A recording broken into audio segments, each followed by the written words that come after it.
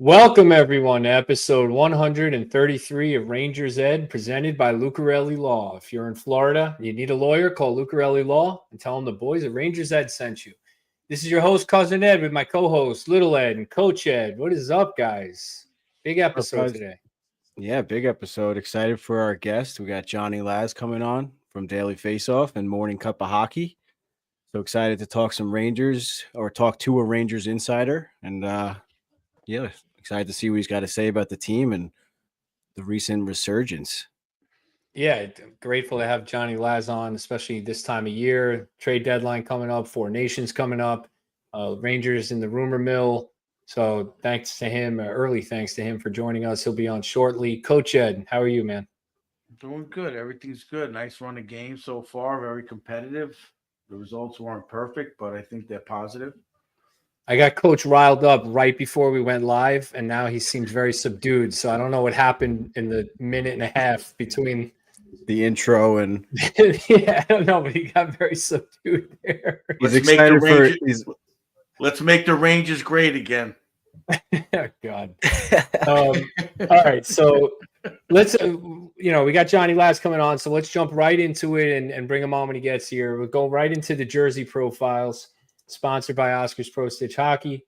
Number 33, episode 133, Tony Amonte. I figured this was apropos considering last episode we did Stefan Matteau, and Amonte was traded for Matteau, so it makes sense.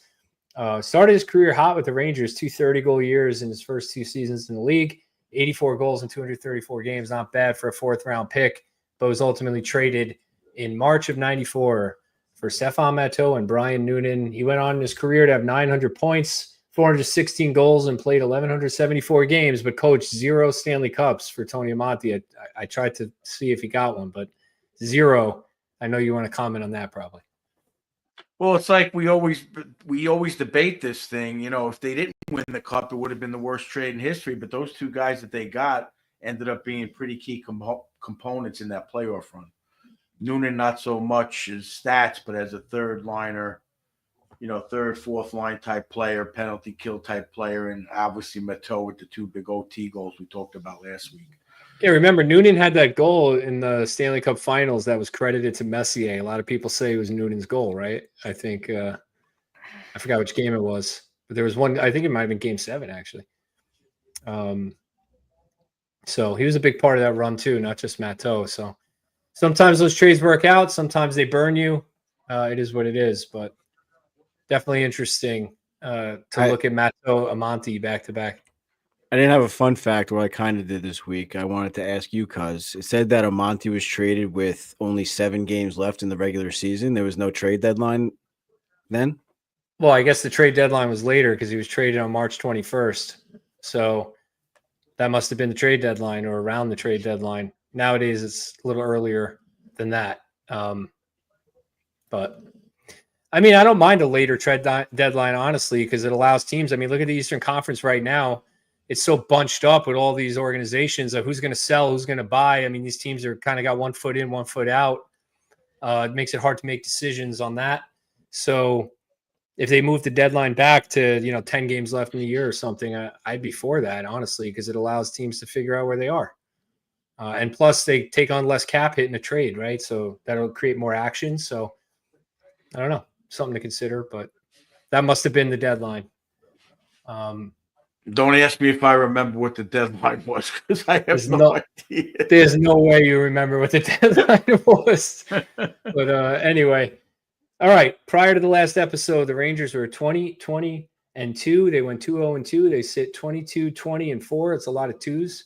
22-20-4, 48 points, 5th in the Metro, 20th in the NHL. Another 2 for you.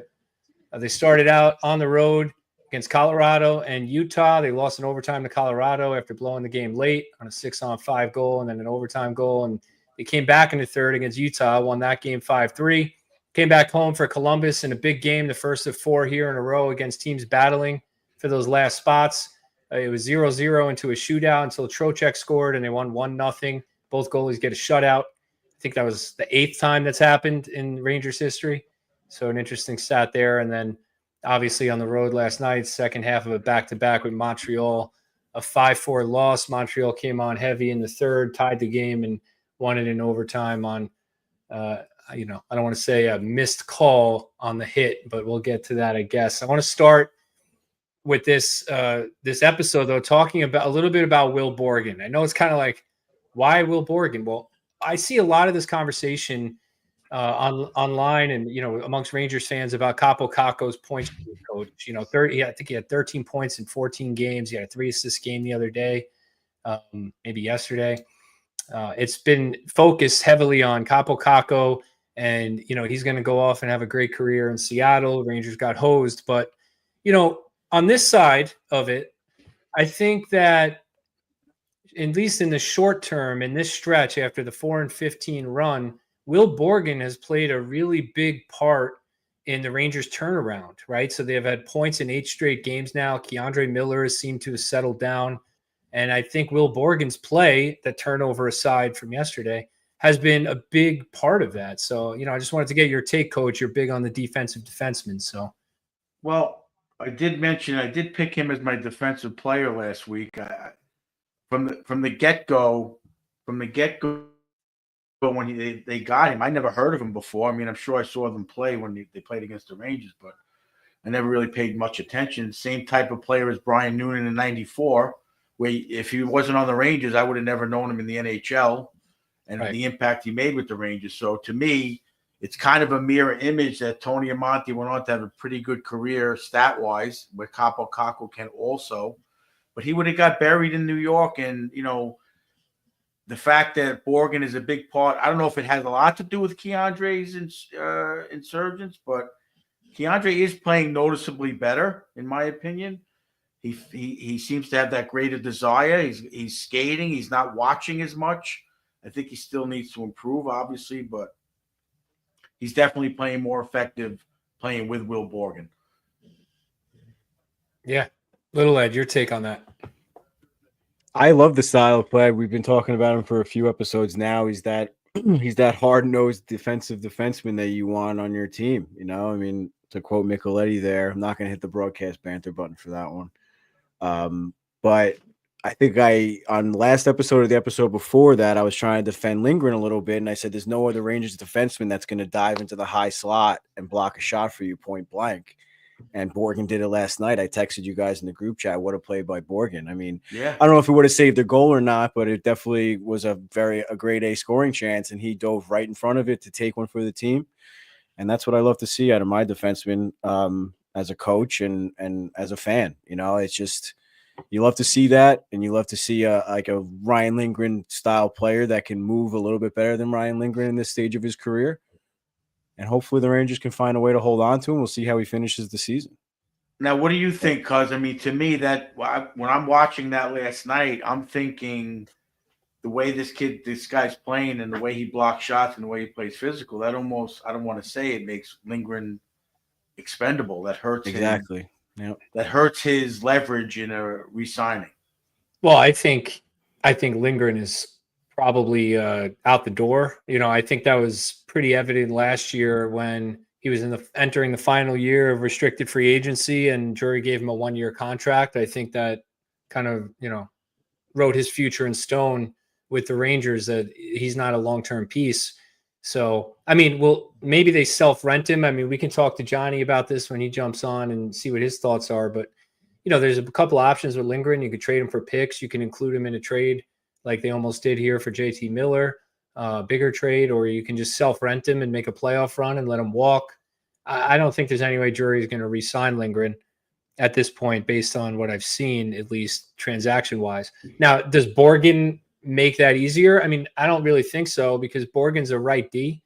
So I don't see Borgen kind of eating into Lindgren's spot on the team. It's not like you can only have one D who plays D and blocks shots, right? So I think more so Schneider's ability to move to the left side, if they sign Borgen, is going to hurt Lindgren more than Borgen's presence, right? So I don't know. Maybe that does mean Borgen will impact Lindgren because without Borgen, Schneider probably wouldn't move to the left side. But that's what I see. So it's going to be interesting as the deadline comes up here what they do with Lindgren. Yeah, why don't we bring on our guest to pick his brain on the topic here. Yeah, let's bring him on if he's here. Bring on Johnny. What's up, fellas? You got me? Am I here? You got me? What's up? We got you. What's up, Johnny? I told you guys I got a roller game later. You know what that means, right? Always repping. Yeah. Every roller game under my gear. Comfy. Love it. Johnny, you're the man, buddy. Thank you. I mean it. Yeah, that's it's a great shirt, man. So yeah, Johnny, Daily Faceoff, NHL.com contributor. What else are you doing these days? Bleacher Report. I'm seeing all kinds of stuff. Yeah, I mean, I do the daily show or the morning show every day with Daily Faceoff, morning cup of hockey every Monday to Thursday, and then doing some college hockey stuff. I did Princeton versus Cornell on Friday, doing UMass Merrimack next Friday, and then like the Bleacher Report skating stuff. Trying to do like a ton of little things. It's a grind, but it's the best grind you could ask for. That's for sure. Doing something you love. That's good. Great.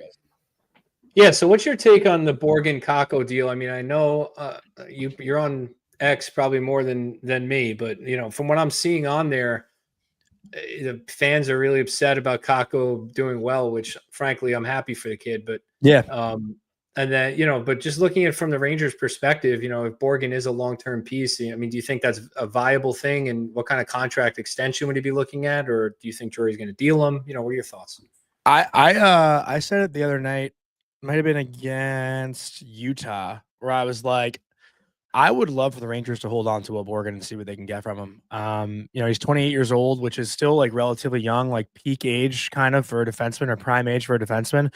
If you can get him to like a 4-year, $3.5 million, $4 million deal, like he's a guy that you know what you have. And I think that's big, especially when it comes to defensemen, where, if you were to trade him for a second round pick, you don't know what that second round pick is going to be. You don't. And then that's why when you have situations like this one's interesting for sure, because I don't think the Rangers are really like trying to tear anything down. They're just trying to like change their identity in a sense. So like I think next year the Rangers are going to be as competitive as they can. Like I think Chris Drury is doing what he can, maybe not to save this particular season, but to build a competitive team for next year. And I have a hard time believing that he's just going to waste the last year of Artemi Panarin's contract. So Borgen to me is a guy where if you want to be a playoff team, he's a guy you want on your team. And as it goes to the Kakko trade, like there's so many different ways to talk about it, and it's hard to hit on every single point. Yes, Kaapo Kakko wasn't really working here for what we all thought it would and what he thought it would. Was it working for what was needed? Yes. They needed stability on the third line, and he was good with that. But the player wants more for himself. The organization wanted more for him. Did they set him up for success right away? No, probably not. But did he play himself into a position to have success? Also, no, probably not. So there's so many little things that go into it, and the fresh start for him is definitely what he needed. Moving on from him is probably not what the Rangers needed, quote unquote, but it was clear that this relationship was not working, and there comes a time where you have to turn the page and move on. And I think it was in the best interest of both parties to do that. And now you're seeing him do well in Seattle, but it's not like he's some different crazy player in Seattle. He's just found a new home and is finding a little bit of confidence and a fresh start. His confidence was dead here. And that happens with players. You see it all the time. But that's but it goes back to the point of like, why was his confidence dead here? It's the Rangers, whatever. There's all these different things that go into it. It wasn't working. Be happy for the kid that he's doing well. He's a great kid. He deserves it there, and just move on. Johnny, getting back to Borgen, what's your take? I mean, I'm watching him. You watch him obviously a little closer and more than I do in person. You might have seen more lately, honestly. I've missed the last couple games, to be honest. Okay. So I watched last night, but I missed Saturday. Other than the giveaway, which is glaring, that everybody has it, even Dan Girardi. I mean, that was just a misplay. But I just see the guy making like 99 out of 100 right plays. Well, it's simple. I mean, this is not a comparison at all. Please don't take this as a comparison. But what's so good about Adam Fox? He just makes the right read, the simple play. Sure, it's flashier than Borgen, much flashier because he's more skilled. But Borgen just makes the right read and makes the right play for the most part, and probably looks a little bit bigger and a little bit more physical in doing so. And one thing I heard you guys talking about before with Ryan Lindgren, like you love a guy who lays out to block a shot like Ryan Lindgren, but there's also a flip side to that because I hear Ranger fans say that all the time. A lot of times Ryan Lindgren is diving out to block a shot because he's out of position. You know, like Will Borgen, from what I've seen so far, is not really out of position for the most part. Right. He's in lanes. He's very simple. And again, like simple is the perfect word to put Will Borgen. You know, there's not going to be a night where you're looking at Will Borgen saying like, oh man, like he was on the wrong side of the puck all night. Maybe there's a turnover there, but I have not seen Will Borgen get, you know, on the wrong side of a bad pinch or, you know, making low IQ plays. Execution's different, but the IQ is there every single time. But even the execution, I don't see him just rimming a puck around constantly. I see him making a play that's a subtle play, but a good play constantly, you know? Yeah, and that's what you want, right? That's what you want on your team. Yeah. So I'm a big fan of it. I think he's been great so far.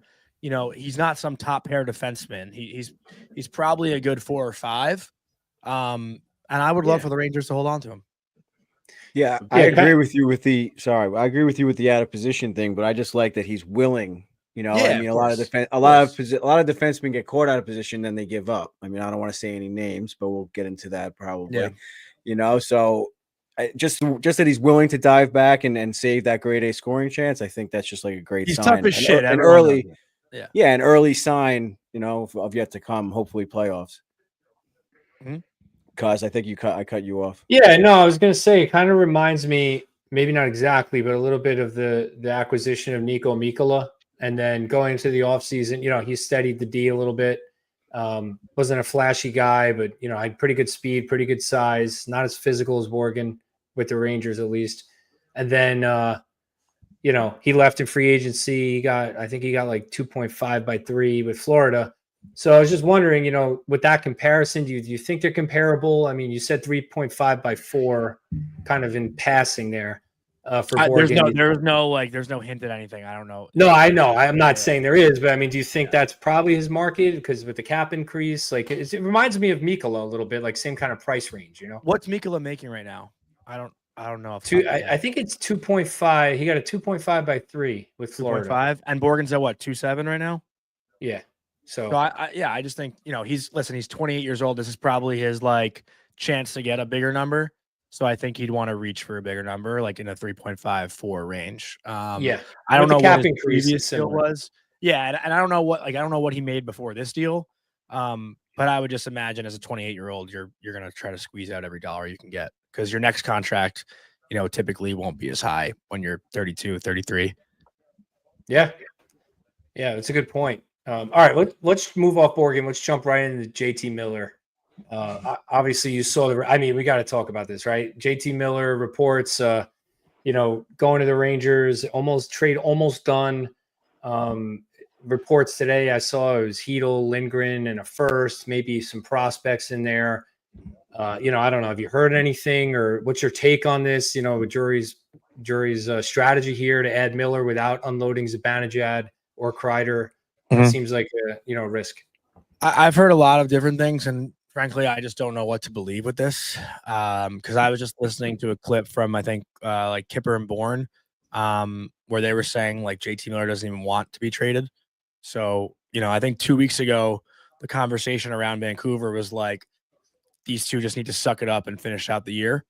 You know, and that's something I was hearing for a bit, and then you know now it's like Saturday night. Literally, I was at a wedding Saturday. I put my phone down for 2 hours, come back, and I had like 180 messages like Lafreniere is going to Vancouver and all this crap. And I was like, no way. Like, if Lafreniere is a part of that deal, I think that'd be so stupid.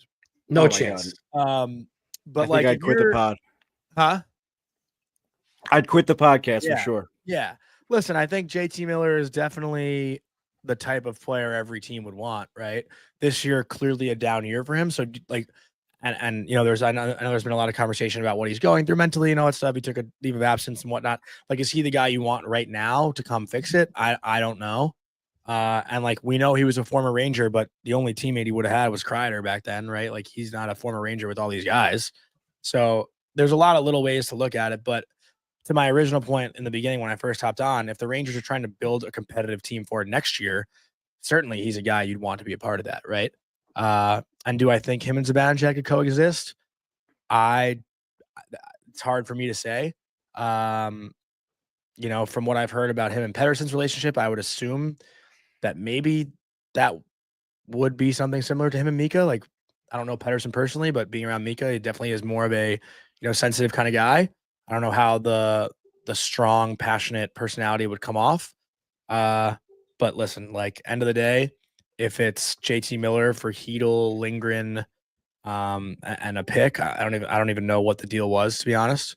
For up first, they said. So we don't know if it's protected or whatever. Yeah. But like Philip Hedel's the interesting one because, like, obviously he has 3 years left on his deal at like 4.5. Is that Hedel's? I think he's got 2 left at 4.4. Yeah, at 4.4.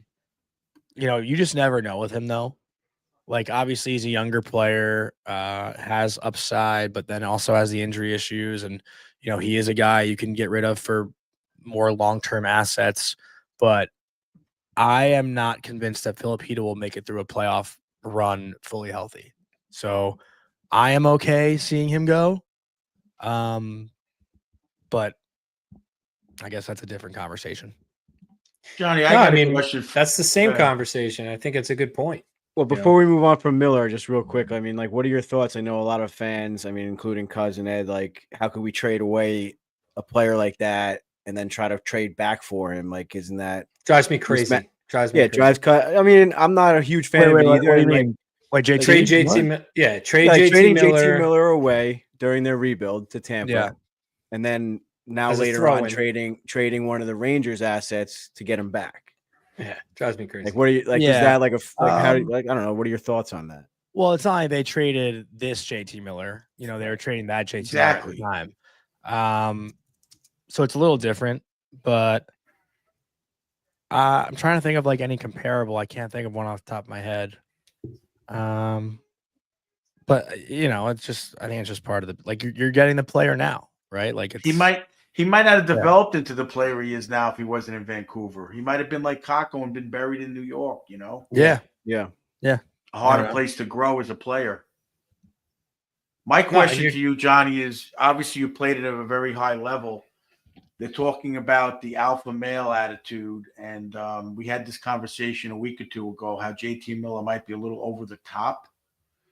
So how do you feel if you were a player in this situation? Did you ever experience this where they're bringing a player like JT Miller and he's a little bit pushy and he's going to get in your face and you're already established on the team and this guy comes in? How do you feel that dynamic is going to go over in the locker room? Well, it's not a personality comparison, but my sophomore year, Cale Makar came into the locker room at UMass. So that was an alpha male for sure. Not necessarily with his personality, but definitely with his presence. And I can tell a story from my playing days. Like, I remember we were doing video one day, and I won't say the name of who shot the puck, but there was a play where one of our forwards did like a low cycle, came up the boards, walked across the top of the middle, and Cale was on the far boards open going downhill. But our forward just threw it on net from the middle of the zone, and the goalie just smothered it for an easy whistle. And in video, our coach was like, when Cale Makar is on the ice, you give him the fucking puck. everyone in video is like, yep. So I've been around that like alpha presence on the ice. I've never really had a teammate I feel like that was like too intense. But as far as like alphas go, I'm not in the room during games or whatever. I'm only in there for the 5-minute post game and whatnot and practice and morning skate. Like, Vinny is that guy to me. I think Vinny has really taken on a much bigger role. Again, I don't know what's said in between periods. I don't know how they communicate with each other when the doors are shut. But I think Vinny Trocheck, I think the world of Vinny Trocheck, basically, is what I'm saying. And well, I don't know what I think of him. Isn't he buddies with JT? Isn't he buddies? I believe they are because they grew up together. Yeah. Because Vinny's from Pittsburgh and I think JT's from Ohio, so like not too far. So that could be a good buffer, for the team to have Trocheck. Yeah, exactly. Like, I would imagine that they would mesh well, as opposed to like JT going into maybe a devil's room if he doesn't know anyone there. I don't know. It's interesting you talk about that, because the part that I loved in your podcast when you were talking about the Chris Drury situation was I was agreeing, saying someone has to step up and just shut this rumor down. Yeah. And Vinny, like 2 days later, I'm not going to call him Vinny, but 2 days later in an interview said VT, VT. That's absolutely the furthest from the truth. Yeah. And then we needed somebody to step up as a player and say, all right, let's stop this nonsense. And I thought that was kind of a turning point, this whole turnaround. Mm-hmm. I'm just reading the question from Chris here. But yeah, I wasn't sure if I could put that on the screen. Yeah, maybe not the first part. No, but that's a good point too. Like, I think. Well, listen, you could say whatever you want to the media. People, you know what people want to hear, right? But we've seen it a lot this year, not only in the Rangers, but like Brad Marchand and Pasternak, the thing the other day about like their relationship and whatnot. What we live in right now, and listen, I'm a part of that problem too. I try not to be, but like we can hear stuff and just run with it, and sometimes players won't shut it down, right? Like that's why you got to be so careful with what you report, because you don't want to be looked at as someone who makes shit up, obviously, right? So I think you guys are careful. You guys are careful. We try to be, for sure. Definitely try to be. You are. But when like a player comes out and really puts the kibosh on that, I've seen some people say, well, that means he's being extra defensive because it's true. No, it's not. These guys barely speak up. They're only going to speak up when they feel they've been wronged, Yeah. Because like, who can make up such a ridiculous thing? Like, and Steve Dangle, I know he's the one who like he probably heard that from someone reliable, and I'm not blaming him. And there probably was a closed door meeting, but there was no closed door meeting to bash the GM. That doesn't happen anymore. That's what I wanted to hear. Yeah, because Rupper said this is ridiculous. I've never heard of this before. I had thought the same thing in all the years following hockey. They never gathered together to fire the GM. No, a coach, yes, but. Yeah. So I just thought that the fact that he stood up, that's what we needed, because the team, the rumors going, I can imagine what goes through their mind. It's crazy. Mm-hmm. Well, when these Miller, before we get off Miller completely, when these Miller rumors started, there was a lot of talk about it would make sense if we moved, the Rangers moved Mika Zibanejad for Miller because of the personality differences, kind of the core changing, similar to Florida with Huberdeau, Tkachuk, right? That idea. But it doesn't seem like Zibanejad has any interest in waiving his no move clause. And what is the risk? Is that just a rumor, Laz? He wouldn't go west. It was the rumor. Yeah. Why would he want? Why would he want to? Yeah, no, of course not. Yeah, I just thought. It might have just been an Instagram rumor, but I thought I saw that he was willing at one point. No, I saw he wasn't. So. Yeah, I don't believe so. So my question is, like, what is the risk of acquiring Miller and then you're unable to offload Zibanejad? That kind of, I know they have a lot of cap space next year, but it's not like they have endless cap space. They need a new partner for Fox. They need a couple things. So, do you think it's a risk having 3 centers over the age of 30? Zibanejad won't waive. I mean, that's kind of risky. Well, I also think, this is just what I think. I would think JT Miller would be playing the wing, just because I do think once April 8th, 12th, whatever the day is, hits, Gabe Perreault's coming. I do. And I do think he'd play the middle. So I would imagine JT Miller would be playing on the wing in like the top 6, and Gabe would slot into that like third line center role if JT Miller comes. Hedl, I don't know what that does to him. And again, maybe roster right now, I don't think like Heedle's going to the wing and Gabe's playing center. This is another conversation, but what I think right now that the Rangers are doing, it's clear that they need to revamp the blue line, right? The only person locked up long-term on the blue line right now is Fox. Everyone else is either an RFA at the end of this, or I think Schneider's an RFA after next year, and everyone else is like a UFA after this year, I think. So the blue line needs a brand new identity. I don't think they're planning on signing most of these guys long-term. Keandre is an RFA. Yeah, Keandre's an RFA this year, right? Yes. Yeah, so the only long-term guy is Fox. So I think the summer, or even the deadline maybe, but I think it's going to be the summer, is going to be putting together the blue line that they want moving forward. So if you bring in Miller now, either way, I think that's still going to be the main focus is like, how can we build out our blue line? And I think whatever they do now, they just plan on figuring it all out in the summer. Like, I don't know if the goal right now is to make the playoffs this year. I really don't know. But I think the goal is next year to put a good product on the ice to try to win the Stanley Cup with Panarin's last year of his contract. And they don't want to waste any years with Igor and Fox under their big deals. Like, why would they want to waste those years? No reason to. So No Chris chance, Drury, no. to me, is going to do whatever he can to put a competitive team on that ice for the 25-26 season. And if that starts with putting some pieces together now to figure that out, I think that's the plan. But I think the biggest part of these last like 2 months has been, what is their plan? Like, we don't know what their plan is, but I think what we're learning is that. Yeah, we've been seeing that like Drury doesn't want to or didn't want to include Schneider in the Miller trade, right? So I guess it's kind of leaning towards of him re-signing. But we have a question in the chat, which is kind of what I was going to ask you from Paul. If and only if Chris Drury were to move Schneider, what player would be worth getting back, or what type of player? I guess can't just say player. Yeah, like Schneider's an interesting one too, because he's still so young. Like, people forget that he came into the league in that 21-22 season. Like, feels like he's been around way longer. Coach Ed's favorite. Yeah, he's great. But don't get me wrong. Like, don't get me wrong. I would maybe hold on to Borgen over Schneider right now if I had to pick between the two. Just because like the Rangers to me aren't building for 5 years down the road. I think they're building to figure this out, right? Or at least try to figure this out. They don't want to they have these guys locked into long, like Vinny and Mika and like these guys are locked. That's their core, right? I think that's partially the issue, whereas like they're trying to do both. Yeah. Like, and that's what Coach Ed keeps bringing up is like they kind of got to do like that Tony Amonte type trade that they did in '94, whereas like they're sacrificing the future for something right now. Yeah. But a lot easier said than done in the salary cap era and all that stuff.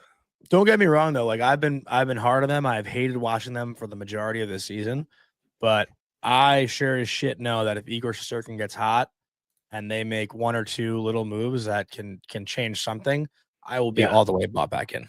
And who wants to play the Rangers round one? No, especially this year too. Now with a hot Igor, as bad as it is, the East is like, it's very mediocre right now. It's crazy. Washington's been great, but everything else outside of Washington has been, beatable. I would say even Florida looks beatable right now. Yeah. That game the Rangers played in Florida, I know they lost, but they showed some good, like they played okay. Like, and maybe that's not the standard you want to live to, but like for where they were at the time, that was a game you could kind of live with, I guess, right? Yeah, listen, I was at that game. I was 5 rows back on the right side of Igor in the first period, and it was quickly 2-0. And I was like, oh, here we go. I was about to take my pregnant wife out of the arena, And then the team fought back, man. They really did. They played hard in that game, and I think that was a turnaround. I think you're right. Yeah, that's what they were missing all year. Is that I don't think I answered the Schneider question really, though. It's okay. Well, no, I think like listen, if you look at your right side, you have Fox, Borgen, and then let's say Mancini just steps in and plays third pair, or EJ Emery after next year or something like that. Like, because Schneider still does have one more year. You don't have to trade him right now. So Schneider can maybe come next year, give EJ Emery one more year at North Dakota. Then he comes in and plays third pair. Like Schneider right now is the third pair right side, I think, right? Like Borgen's playing ahead of him. So like you're just looking for a replacement there, basically. Well, maybe you move Schneider to the left and put him with Fox, see if that works. I mean, I don't know if I would like that. I don't know. Well, Chris is saying in the chat he'd move Schneider for a true top pair D-man to complement Fox. Yeah. I like this kid, Chris. That's a good idea. I mean, that if you're going to move Schneider, you need that, or you need a young center, equivalent age and equivalent talent. You know my opinion on it. Move someone else other than Schneider. You know who I'm going to say. I know you to play with Fox. I don't care where you know. Forget about his pairing. I'm talking about it as the 6th D-man. Coach wants to put Schneider with Fox. He's been saying it all year. I mean, I'd be interested in seeing it, but I don't know. I don't know if I love how Schneider handles the puck. I don't know how he'd handle it on the left side. If I'm going to let any D-man go, I'm letting Miller go.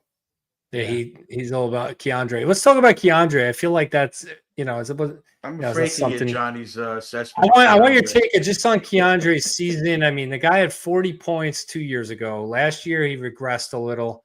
This year he seems to have regressed further. Mhm. He's turned it around in the last 2 weeks. But Yeah. like, what's your take on Keandre? I mean, the guy, Little Ed said he's got all the tools, but doesn't know where the toolbox is, right? Yeah, So that's well said. And Chris actually made a good point about Drew Fortescue too. He'd probably come first before EJ Emery. I was just thinking the right side defenseman, Chris. Fortescue plays the left, obviously, but he's had a hell of a career so far at BC and in the World Juniors too. I could see him, making the team at camp next year as like a 6-7D, depending on what they do. Obviously, again, like they're revamping this blue line. Drew Fortescue could be a part of those plans also. But to Keandre Miller, huh? That kid can play for sure. And that's probably another thing too. Like, you have Gabe and Fortescue and these guys who will probably be on their ELCs. So you can bring in a JT Miller and afford him if you can round out your team with younger talent that are on their first NHL contracts, right? Like that's how you make it work. Not saying that automatically puts you in the conversation to be a contender, but like that's how teams figure it out. But to Keandre, so I really thought last year the whole Devils brawl, I think he fought John Marino. Like I thought that was going to be like a big turning point for Keandre where he'd find some like physical confidence. Because the confidence was always there, but never really physically. Like he was always really sound, I thought, positionally. That 21-22 playoff run, he was so good and such a big difference maker. 22-23, he puts up, I think, 40 points even in the regular season. Yep. And then, last year, the pairing with Trouba obviously didn't really work out. It wasn't great. I thought he was always left out to dry a little bit for the most part. And then, there were times where he left Trouba out to dry. It just wasn't a great pairing. And, this year, obviously they tried him with Fox and everything. And, when you're playing with Fox, maybe you don't feel like you have to be so physical just because, the puck kind of takes care of itself usually when Fox is out there, if that makes sense. But yeah, he's like, 6'5", doesn't throw the body nearly as much as he should. And, listen, that was a critique of mine as well as a player. Like I was just too nice out there. I never play the game angry. It's held me back from getting to higher levels. And maybe that's just his personality is that he doesn't play the game angry. And there are a lot of guys like that. Like it's normal. But I'm not asking you to play it that angry, but he more often than not just turns away from the play. Instead of finishing a check, you don't have to kill the guy. Yeah. You got to rub him out. You got to angle him. You got to make the guy pay the price for coming down the wall. Mhm. I'm not asking you to play angry. Yeah, just close out your guy. Glass. Finish it up. Hit and stick. I've a lot of cliches. Come on. Yeah, but you can't. I mean, that's not something that you really teach. It's kind of. But how do you not go through video sessions and see that you're not doing this to yourself as a player? You were there. Yeah, I listen. It wasn't my game. I didn't sit there watching myself on video and say, "Oh, I got to hit more." I drove Coach Ed crazy too, Laz. Don't worry. But no, there were some like I got. Yeah, but then you put points on the board. That's fair. There were coaches that are different though. Like, sometimes when I guess for me, like I then tried to be overly physical. And it wasn't my game, and that's when I got caught taking penalties and shit like that. Like I remember my last game at UMass, I was playing fourth line. They wanted me to like try to be more run and gun. I was like a calm, poised kind of offensive player. I took 3 penalties in that game. It was like -4. Like I was just playing a totally different game. It just screws you mentally. People like don't understand that either. Like, when you're forced to play in a situation that you're not used to, it definitely messes with your like mental psyche of what you think you have to do out there as opposed to what you're used to doing out there. And that could screw with guys. Like these players that come into the NHL are certain players their entire lives. And then when they don't fit the mold in what they're used to playing, they have to then transition their game. And sometimes it just doesn't click or doesn't work, Yeah. And honestly, I know we talked about Kakko on here last year, but I like thought about it more, and not to get off topic, but like he could be like a James Van Riemsdyk. James Van Riemsdyk was picked after Patrick Kane. People don't remember that. He was a 2nd overall pick. James Van Riemsdyk is a great player in the NHL, but like not some transition, not some like generational crazy player. Right. Right. But he had a long, sustained, successful career. Yep. Yeah. Reliable. Good. Yeah. Coach, you got to ask your Herb Brooks question before Johnny has to run for Yeah, sure. right. I got like 20 I- minutes. I got some. I have a crazy theory because Chris Shore is a USA Hockey guy. Mhm. I would assume, like, I've watched the movie Miracle probably 50 times without exaggerating. Way more. I think that's low. I'll take the over. Yeah. And Chris Drury, and I know me as a coach, I've read a few passages in books, not a lot of full books, but you pick and choose like different theories from coaches and here and there. And, you know, my theory is that he threw out those rumors to make the team be pissed off at him and come together in a Herb Brooks fashion. Didn't work, but Well, it is now. He's talking about the memo with Trouba and No, I Kreider know. getting I'm released. trying to think of what did Herb Brooks ever do something like that, or just you're Yeah, saying the way his theory was that he would make the players pissed at him so they would come together as a family. Oh, yeah. So you Craig didn't really Patrick watch the says movie, that- Johnny. Craig Well, no, Patrick I says thought that you to were Doc. specific, like calling guys out. I know the whole fucking movie. We're not gonna do a criticism of your knowledge of Miracle, okay? We're not doing that. But no, like listen, I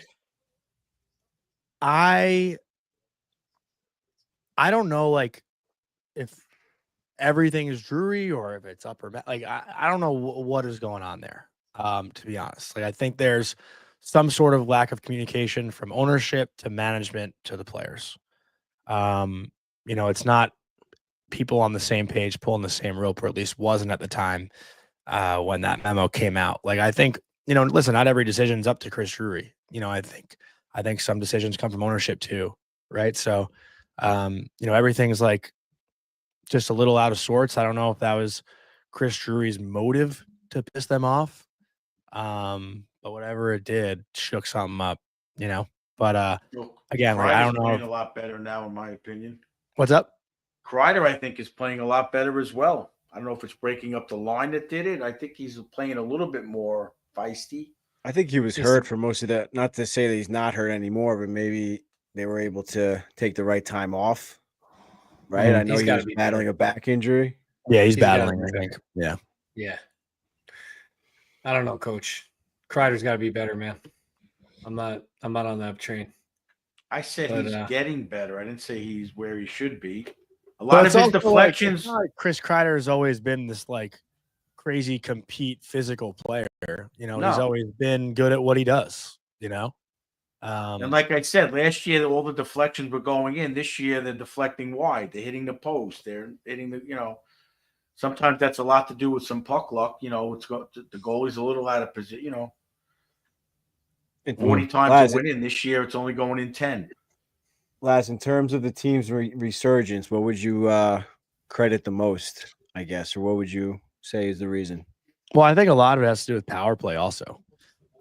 You know, I think this is a team that has thrived a lot off of power play success. And, you know, there was like a 15, 20 game stretch where their power play was like below 12%, you know? Yeah. And I think that is a big part of confidence. Like when your power play is clicking, it kind of flows through the entire room. And when it's not, it takes like your power play can give you as much momentum as it can take it away. Yep. You know? So I think when the power play was struggling for that, you know, 15, 20 game stretch, it affected their confidence for sure. And then obviously it looked like there was a lack of compete for a couple of games as well, which there very may have well been. You know, you're feeling a little bit like there's more engagement right now. You know, I was watching 10 to 12 games straight where I'm like, I've actually never wanted to watch a hockey game less in my life than what I'm watching right now. Yeah. The Rangers game at home against Buffalo, I was pulling my hair out. I was literally, there too, yeah. what am I watching right now? Yeah. Little Ed, you were at that game, right? Yeah, we were there. Yeah. Was that the game I saw you guys? I think so. Well, you yeah. saw my dad at one, and then whatever. Yeah, had to have been one of those. But yeah, like, I see Chris's comment. I don't even think that was a cheating for offense. That was just like nobody's ready to play or coming to play or having fun weird. playing Or You know, trying. Yeah, like I last think you night tweeted or even said on your show that like you didn't even want to go to work for like the first time ever. Like you didn't even want to. Like going to the garden was a chore to you I or was whatever you dreading said. it, dreading Yeah, it, that's and that's a crazy thing to say. Yeah. But you know, I think since there were a couple bad games in between, but that Dallas game, like the game where Rempe got ejected. I'm not saying Rempe was the key to everything, but you felt like there was a lot more engagement in that game, Yeah, right? for sure. The PK came up big, and I think they fed on that and built off that. And maybe that just like got everyone. I know they got spanked by the Devils like 2 days later or whatever it was. But I think that just gave them a little bit of life. And I want to point something out in last night's game too. I know they lost last night, but Mika's goal last night in the power play was probably the first time I've seen him all year with like a big fat smile on his face. Yeah. After he scored. Yes. And yes. and I tweeted that and I was like, this might be the play where I'm all the way back. And people were like, it's just a routine shot. But I was like, no. You look at that guy's face right now. That's a That was a different weight. face than I've seen the whole year. Same thing Weight with off his Kreider shoulders. jumping into the glass, Yep. excited after he scores. That's not Yep. what they were doing early on in the season. Life is back in there. For Well, sure. talking about We're Rempe, having fun again. Talking about Rempe, dude, we got a couple questions in the chat that kind of tie Right. together. One from N Vitali. Thoughts on sending Rempe down and bringing Berard back up? Doesn't seem like a move they'll make, but I really liked what I was seeing from Berard. And then also Paul asked, when are the Rangers going to give Brennan Othman a chance? I know he's back from his injury. So I think those kind of tie in together. The team seems to like Rempe in the role that he's in, but do you think there's any chance we see Othman soon or Berard gets a second cup here this season? So here's my rant, I guess. I've been talking a lot to one of my buddies who plays in the Hershey Bears and a couple of friends who play in the AHL because, everyone talks about how the Rangers are so bad at developing and all these different things and why it doesn't work for their younger guys and whatnot. So I've had a lot of interest in what other teams and organizations do. And when it comes to AHL, NHL, and I don't watch any Hartford Wolfpack games, so I'm not going to sit here and pretend like, Othman's having a great year down there. I haven't watched. I'm doing college hockey. I'm doing NHL. I don't have time for it, to be honest. But what I've certainly noticed in call-ups with the Rangers is that for whatever reason, guys that get called up and are put into spots with the Rangers is not necessarily similar to how other organizations do it. Like, what's it going to do for Brendan Othman to get called up and play in the fourth line? What's that going to do I've for been saying him? that for years. What's that going to do? And everybody's going to say he's buried on the fourth line. Well, Exactly. Right. Exactly. So I don't think there is a point to bring up Othman right now unless you plan on putting him on, let's say Riley Smith's spot on one of the top lines or something like that. If Riley Smith gets traded, maybe then you bring up Othman to let him play actual top 6 minutes. Right. If you're going to give him a chance, give him a chance. Exactly. So the Rempe thing also, and Berard, Rempe fits that a little bit more than Berard might, because I think Berard does actually have offensive instincts and can contribute offensively and can play, a third line role versus a fourth line role. I'm not saying he can't play a fourth line role, but if they can get Rempe to really hone in the craft they want him to have, and here's the problem that I was going to get to. From what I've seen, when Matt Rempe is down in Hartford, he's getting 6-on-5. He's getting power play. He's playing roughly 15 minutes a night. From what I've seen and what I've heard, I haven't watched, again, fully transparent. When he's up here, he's getting 7 minutes, maybe max a night, 7 to 10 minutes max. So don't you think that at times, because of the position he's been in down in Hartford, when he's up here, he probably feels like he has to overcompensate a little bit for the lack of time and lack of opportunity he's getting. So he wants to try to do a little bit more with the opportunity that he has. And other organizations like Washington is one of them. I think Ivan Miroshnichenko, however you say his name, I think that's actually right for the first time I finally got it right. when he's in Hershey, he's not automatically on their power play because he doesn't see the power play always in Washington. So when he's down, he's playing the exact same role he's going to play when he's in DC with the Caps. And that's why a team like Washington with Alexei Protas and Connor McMichael are seeing success, because the guys that they're pulling up to the big club have been in those positions down with the AHL team. Same thing with Dallas for the most part. Sometimes you get lucky too. Guys fall into a good situation and they run with it. But that's what's off with development too, right? Even Simone Nemitz, the Devils' second overall pick from 2 years ago, he's now saying, I'm playing the best hockey of my career and, I'm stuck in the AHL. Well, guess what, buddy? If you get called up to the NHL right now, you're probably playing third pair. So they don't need your services right now. There's so many little intricacies that go into it. And, that's probably one of the bigger reasons for the Rangers, lack of development. And maybe what they did wrong with Kakko, they're trying to do right by Othman by letting him turn into the player they want him to be in the AHL, which they didn't do with Kakko, right? Like there's so many little things that go into it. And I know that was a bit of a rant, but like I'm very interested in how different all these organizations are when it comes to their younger guys. No, I agree with that. I've always said in the past that I hope that that's how they do it, because I always compare it to the Atlanta Braves in baseball, the way they're from single A up to the majors. Well, you lost me there because I don't know shit about baseball. Well, I'm saying they all learn the same thing. So you're not bringing up a guy who's swinging for the fences at single A to be – you're not going to do it in the majors. So they teach them their skill level all the way through. So they're ready to play when they get there. Like you just said, it's a similar situation. Yeah, it makes sense, though. You're right. Like bringing up Othman to take Rempe's spot doesn't make sense. I mean, maybe Berard makes a little sense. He's kind of a puck hound and he's got speed, but you lose the size and physicality that Rempe brings. I'm with you. I think that makes total sense, and I don't see a need to. I don't see a need to rush either of those guys up, especially when next year you got all this cap space and you got two guys there who might fit a middle six role to enable you to spend on a Jacob Chikrin or a JT Miller or whatever it may be, right? So I think Rempe's been the most disappointing project that we've had, to be honest. Really? Listen, I know Matt Rempe has become like it's almost like, you're picking sides of like politics and shit and whatnot. I just think there's so much potential with that, like with what he is. He's like 22 years old. He's a monster out there.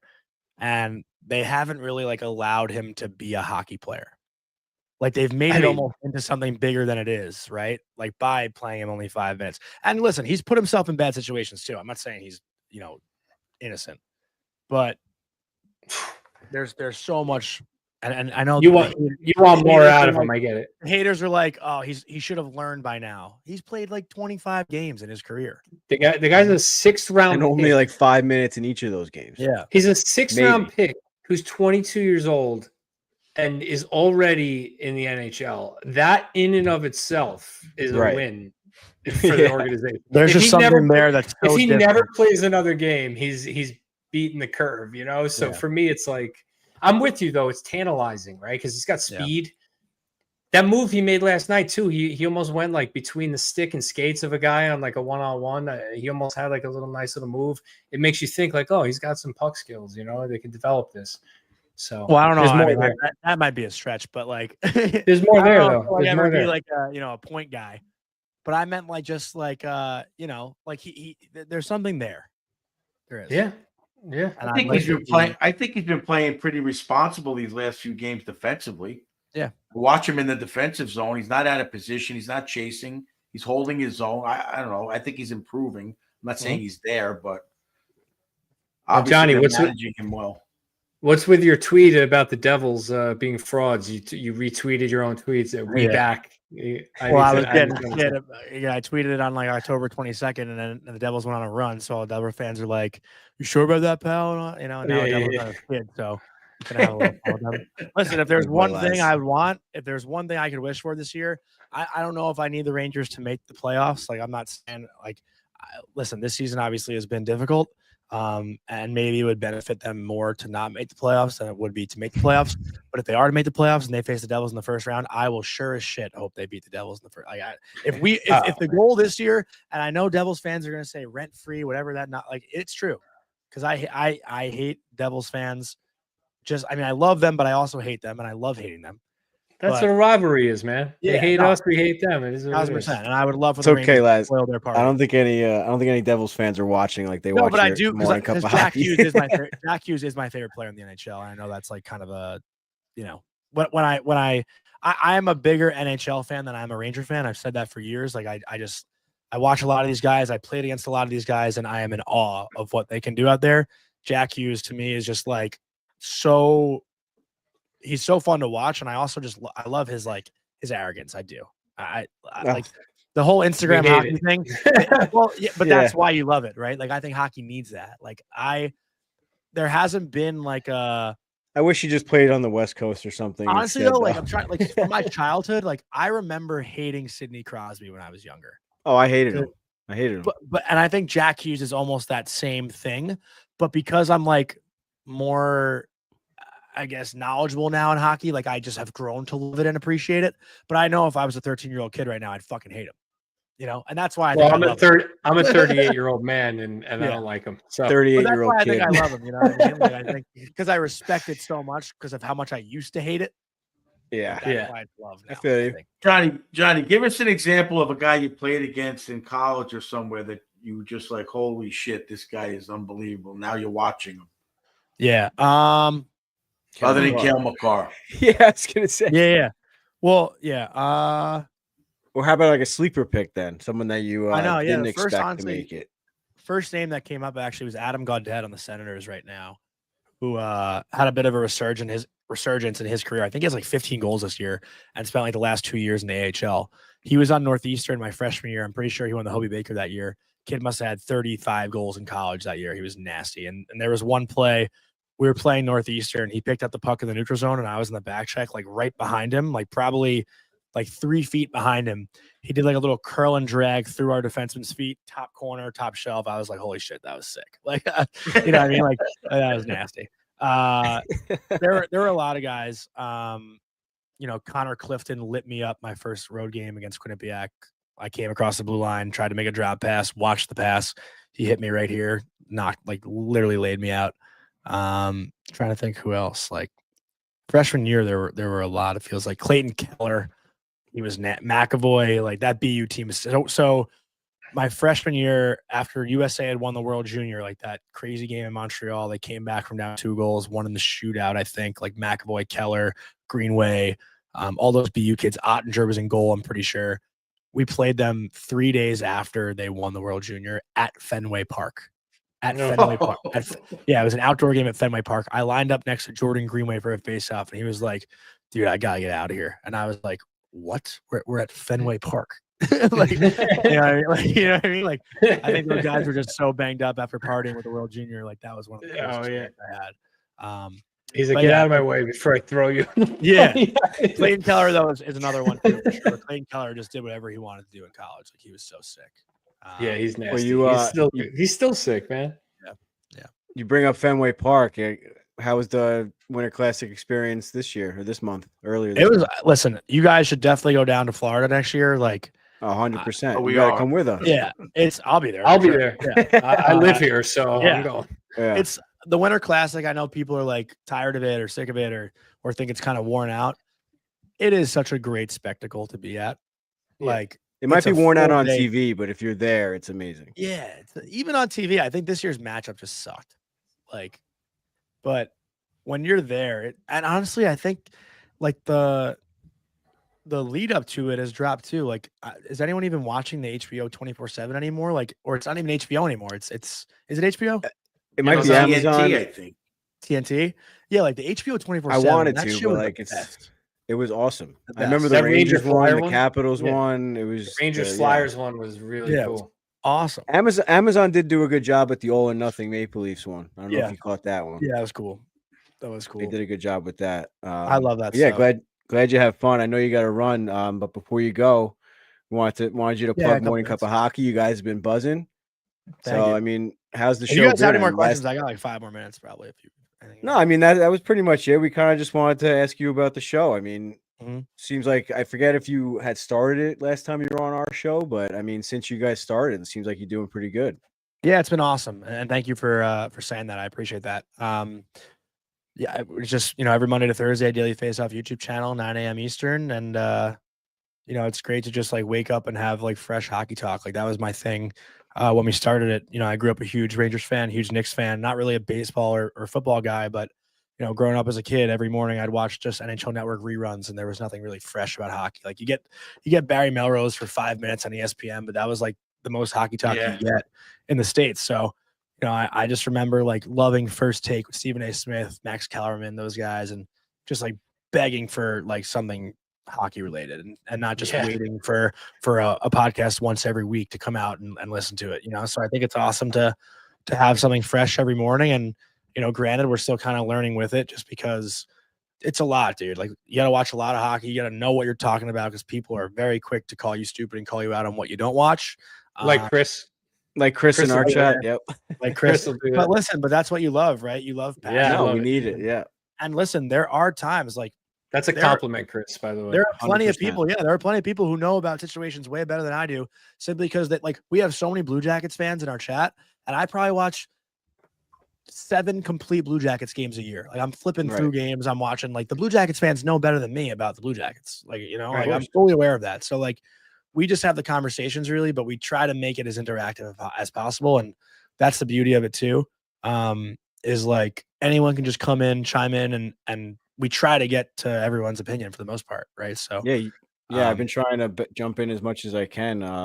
Yeah, you and Colby bounce off each other well. How'd you guys meet, or how'd you guys like get together to start the show? Yeah, it's actually a nice story, honestly. My senior year. I don't want you to cry, Laz, or anything, but yeah, no. It's a nice story.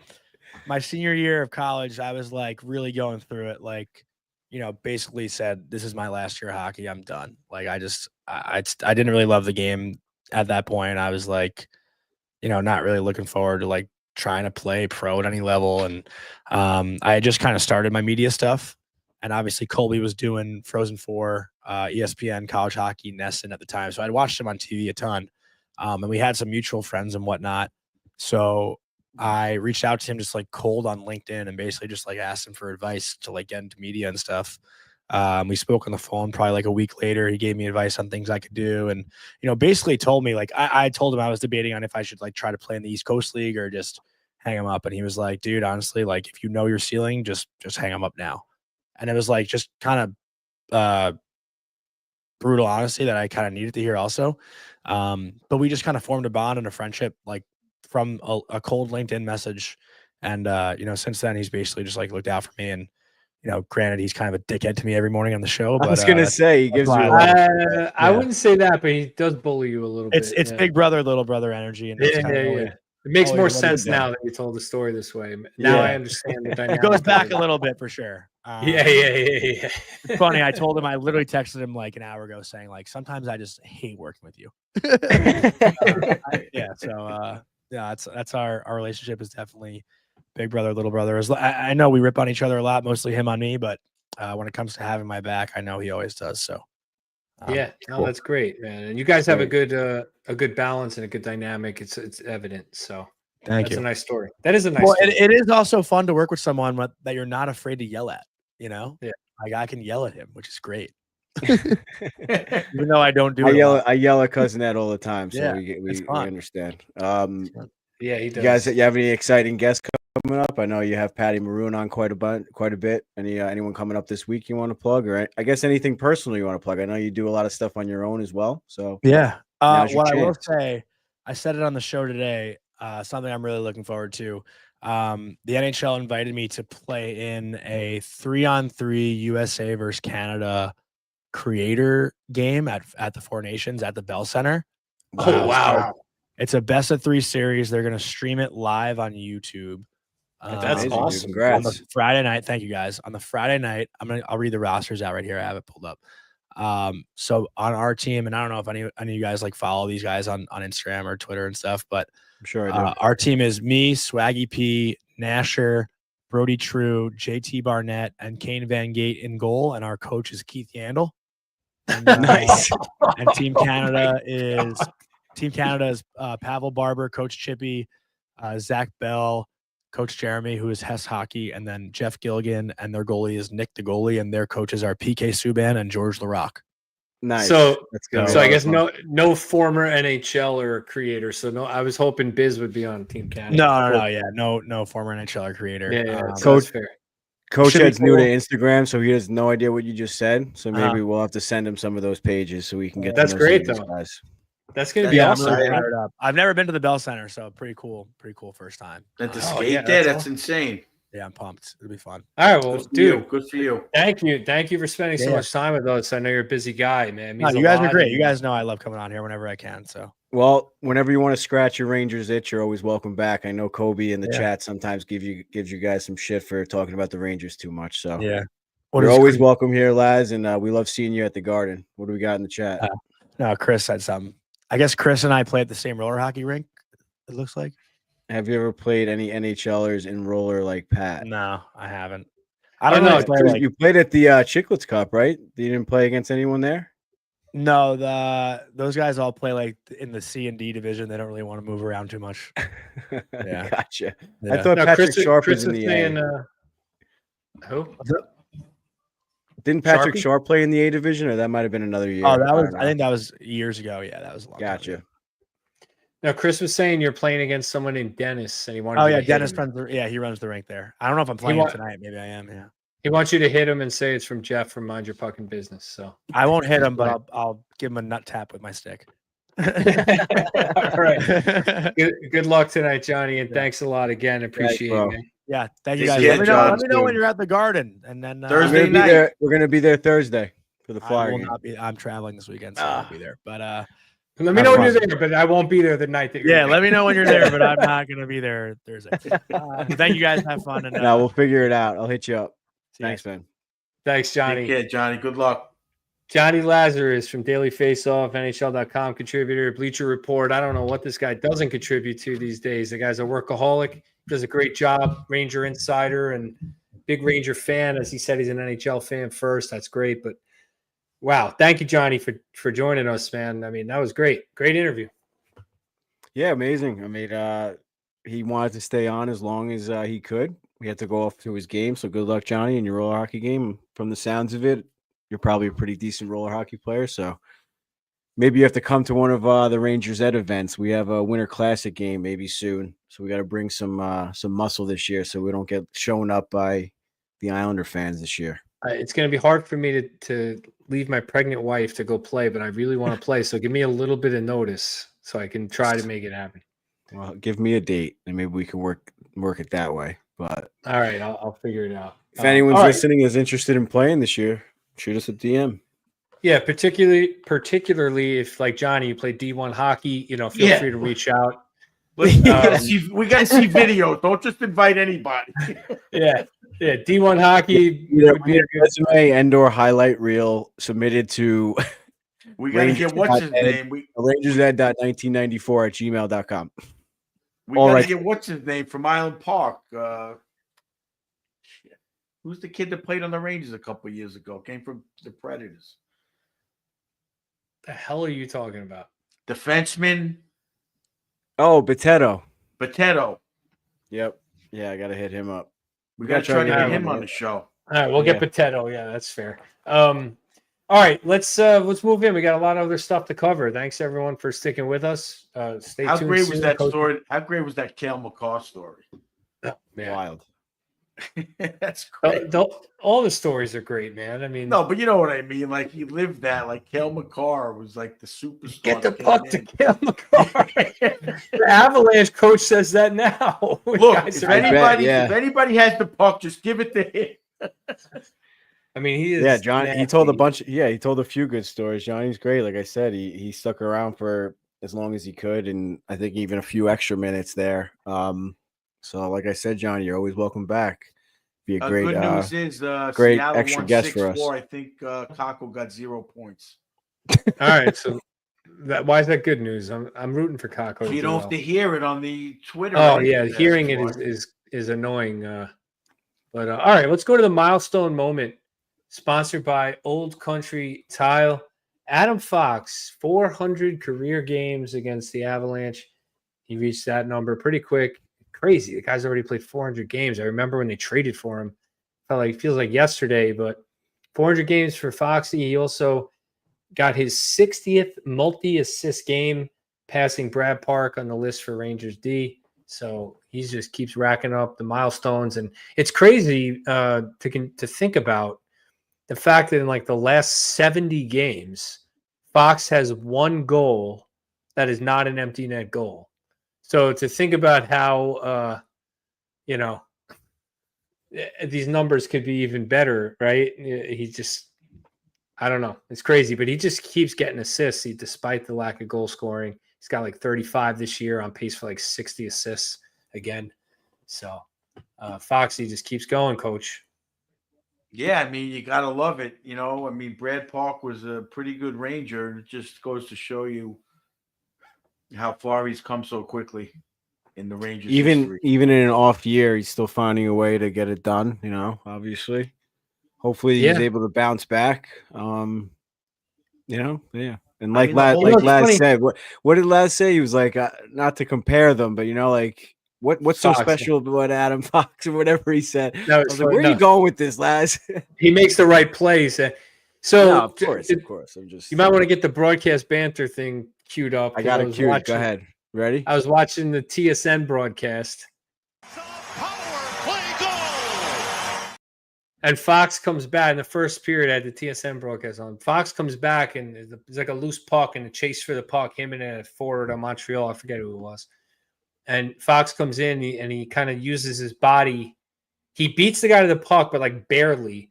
Then uses his body, like recovers the puck, spins, positions it so the guy can't get it, stops and like makes a move, and then just an outlet pass, right? And the TSN broadcaster's like, man, Fox doesn't get enough credit for his foot speed. And I'm like, this guy does not watch the Rangers because Fox does not have foot speed. That He's is not getting the foot speed. I would not say that he has any foot speed, but they mentioned his foot speed. It was definitely more of a play like Johnny was talking about, like a heads up, like just smart. Yeah, smart play by him. But anyway, before we go to Coach's Corner- we need to do Fox's brain and Keandre's body, like Eddie, you guys said. Somebody said it before. we got to make a video like the what is it? The $1 Million Man Coach? What was that show called? Yeah, the $1 Million Man. Is that what it was? Somebody correct me. It wasn't $1 Million Man, but we could build him. Like we could do it. The $1 Million Man. So we got to make like a reel of like $6 million man. parts. $6 million man. The $6 million man. Yeah, we got to make like a reel of like all the different players and like the body parts and like attributes that we would take and do a thing. They the project for. Yeah, they usually post like McDavid's hands or McDavid's skates, Crosby's IQ, like things like that. Oh, they do? See, I can't do it. Even when I have an original idea, it's been done. We can still do it. We can do that. We can make the perfect Ranger.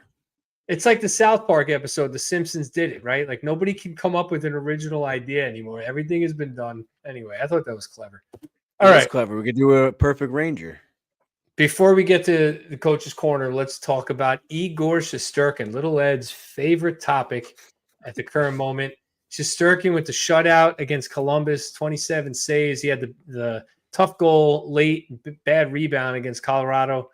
And then obviously they lost an OT on the Devontae's, or Devontae's, however you say it. His one-timer that Igor kind of lifted the pad. They lose that game, but then he bounces back with the shutout. According to Little Ed, Igor needs to have a 27-game shutout, 27 save shutout every single game, or he's inconsistent and not as good as Henrik Lundqvist. So that's kind of where we're at. Shutout. I never said shutout. All right. I'm just a little tired of the weak goals, So look, I said it to you guys in the chat. You talk about this goal saved above expected. Give me the goals let up below expected. I told you that's encompassed within the stat. The stat is based on the quality of scoring chances against. So if you let up a goal on one you should have saved, that will be a negative on goals saved above expected because it won't register as a goal that should have been scored, but it'll count against you letting up a goal. So it's already encompassed within that stat. But it should be weighted heavier if you're letting up a weak goal. Oh man. I mean, here's the thing. Like we forget because we watched Henrik's jersey go up. We went to his Hall of Fame speech. He's just a legend. He's a beautiful man, right? Like we forget that Lundqvist let up bad goals. Yeah, you forget. Man. You meet him in person. The guy's a beautiful guy, right? Is what it is. You forget that he also let up bad goals. You forget that. You're acting like I do remember that. He used to let up, and I used to say it. They How all does he do. let that in and make 5 saves on his head? They all do. So I'm just saying, Igor might be statistically, and this is kind of a hot take, Coach. Hold on. Wait, I want you to respond to this too. This is kind of a hot take. Igor might be already statistically the second best goalie in Rangers history already, based on the numbers. So it's like, why are we shitting on the guy? Like, I don't get it. Because the contract? Anyway. No, I don't care about the contract. I'm always the guy to try to take the contract out of it with Dan Girardi conversations, Lindgren, Barclay Goudreau. I try my hardest to forget about the money. But Coach, go ahead. You got to remember when you say the goalie lets up a weak one, these guys mentally are so geared up for a certain play. And it's like in baseball throwing a changeup. So they geared up for this guy to fire one, and then you're in that position, and then it's like slow motion. You know, I mean, I played goalie in the men's league, and it was like you're like jittery to like catch it, and then all of a sudden it comes slow, and you're like, how did I miss that? You know? Yeah. And at that level, it's just it's phenomenally fast when you watch these guys in warm and stuff. Well, what is it then? Is it an expectations thing? Because last night Jonathan Quick, he gave up 5 goals, right? And all broadcast and post game, all I heard was, "Wow, Jonathan Quick stood on his head. He was unbelievable tonight." Oh, Jonathan Quick, the guy now has a sub 900 save percentage. He let up 5 goals. If that were Igor Shesterkin, it would be like, oh, it doesn't matter. He's got to make the save. Like, it doesn't matter that the team collapsed in front of him. Like, who cares? It's part of that. It's probably the contract. It's probably he's supposed to be the savior of the team. It's age. It's everything. It's backup goalie. It's it's definitely partially because of the comparison to Lundqvist. Yeah. But Jonathan Quick, if Jonathan Quick has a game, but it's the same. It's the same feeling. Like there are people, including myself, that don't want Ovechkin to break Gretzky's record because it's just that part that you love that guy. But Gretzky in his day was a little bitch, and early in his career. Whoa, Coach is. That's how he was. Like everybody was like, he was a crybaby. If you guys think Crosby was a crybaby, Gretzky was a crybaby early in the 80s. I bet skinny kid like him in the 80s. It must have been about the clutching. He admits it on TNT all the time. They used to literally hold you, and the refs wouldn't call it, and that's not fair. A little bit different, yeah. No, but you know what I'm saying. So it's part of the reason, like you don't want that. I didn't want Babe Ruth's home run record to be broken by a guy on steroids. Well, there's no reason to do that. You root for the team, right? And Igor's success. Just saying, it's a mental thing that people feel a certain love for a past guy. The guy has let it go. The guy has the best goal saved above expected, Coach, of any goalie in the league in the last 3 years in the playoffs.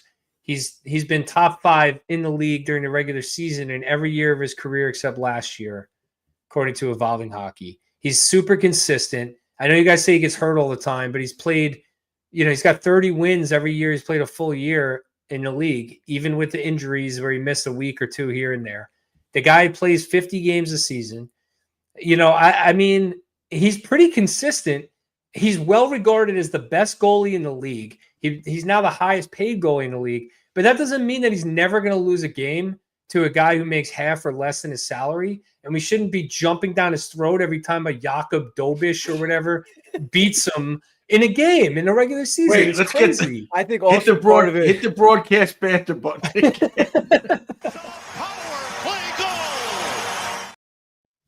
Every time Sam said his name, he made sure he said Dobish. Yeah, Dobish. It's the best. Before I forget the one that Chris gave me, and someone else also messaged me saying I should make the T-shirt. When he said Kreider and Schneider LL or LLP or whatever, that should be a law firm. That was so good. That so was good. All right, it's so good. But anyway, all right, little Ed, you defend yourself because you've been all over Igor, man. I give you the opportunity. now it's just like a bit. I mean, now I can't go back on it, So what it is, it's like, partially for me, it's like I'm tired of hearing the narrative that Igor always bails at the Rangers. Yes, he does, but the goaltender is part of the team.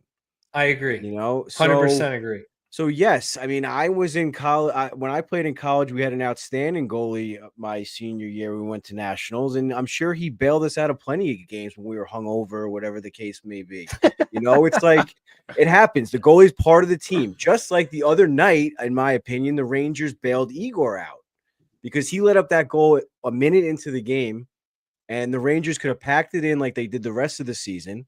But instead they fought back and they ended up winning the game. So, but no one talks about that the Rangers bailed Igor out of that one. And that's the So I'm gonna dynamics be of the a guy team, that right? does. Isn't that the dynamics of a team, though? It's like they do that against Utah, and look how Igor responds against Columbus, right? Right. He responds by shutting the door, right? So it's Exactly. like So that was he good. and, The Rangers should do that for Igor, considering all the times he does that for them. and When not he's a little only off, they got to find a way to win. 100%. And when he gave Mika that pass for the breakaway in overtime and Mika missed it, as soon as the overtime was over, Igor went right over to Mika and patted him on the head, like, "Don't worry about it. I'm going to win the." What he probably said, "Don't worry, we're going to win this one in the shootout," or whatever he said, And that just shows like the good teamwork and the good. You didn't see that early on in the year, any of that. No, it's definitely changed. It's funny You're saying a good goaltender. I'm sure we keep comparing him to. I'm sure a goalie like Lundqvist might have said in the locker room, "You guys bailed me out on that. I got you in the next game." And maybe Igor did the same thing, his version of it. And maybe he didn't actually say it, but he went out there and showed it. Yeah, but you see the post here from N Vitali. He's not wrong, but he says the defense played in front of Shesterkin in the Columbus game and made it doable for him to get that shutout. They closed down the middle. I mean, you just can't you can't win, right? It's like the goalie gets a shutout and everyone's like, "Oh, well, the defense was good, so he didn't really deserve it." The goalie lets up 5 goals, and it's like, "Oh, he's got to find a way to make a save despite the worst defense in the NHL." The goal, it's like, what? How does the guy get I watched the Columbus game in that first period. The defense did not bail out Igor. No, he made some saves that were unbelievable. He's unreal. Let's not say they played better against Columbus defensively than they did against Montreal. It's just a matter of a dynamic of who you're playing. The other, like Poppy used to always say, the other team wants to win too, and they're figuring out ways to split the D and find openings. And it's just a matter of kind of like I said with Cry, it's puck luck. Some nights the puck goes in every time. Some nights they hit 4 posts. I mean, the Rangers hit 3 posts in the first period in that shutout game. Yeah, and they were getting outshot. They were getting outshot 10-4, but they hit the post 3 times, so it was really 10-7. Here's the stat from backstage. Over the last 3 postseasons, Igor Shesterkin leads all goalies with 48.6 goals saved above expected. The only goalie that has more than 17 goals saved above expected is Sergei Bobrovsky, and he's got 31.49. So that's 17 less. Cup. Yeah, he's got a Stanley Cup. Better team in front of him. Better team in front of him. But it's not Igor's fault the Rangers don't have a Stanley Cup. I mean, if the Rangers get swept without Igor Shesterkin against Florida, I mean, let's be honest, So, look, Rangers, all I'm saying is, Little Ed included, Rangers fans, we were spoiled from the age of 18 until the age of 30, whatever, 4. I got to watch Henrik Lundqvist every single day. I got to go watch him get inducted into the Hall of Fame. I got to go watch his jersey get raised in the rafters. And without missing a beat, and aside from a sneeze of Alexander Georgiev there in between, I get Igor Shesterkin now, hopefully for the next decade, the same thing. And I'm rooting for the same thing. And I'm rooting for a Stanley Cup. And then we could talk about at the end of their career, who was better, Igor or Hank, right? That would be wonderful. Wait, forget about getting spoiled just by Hank.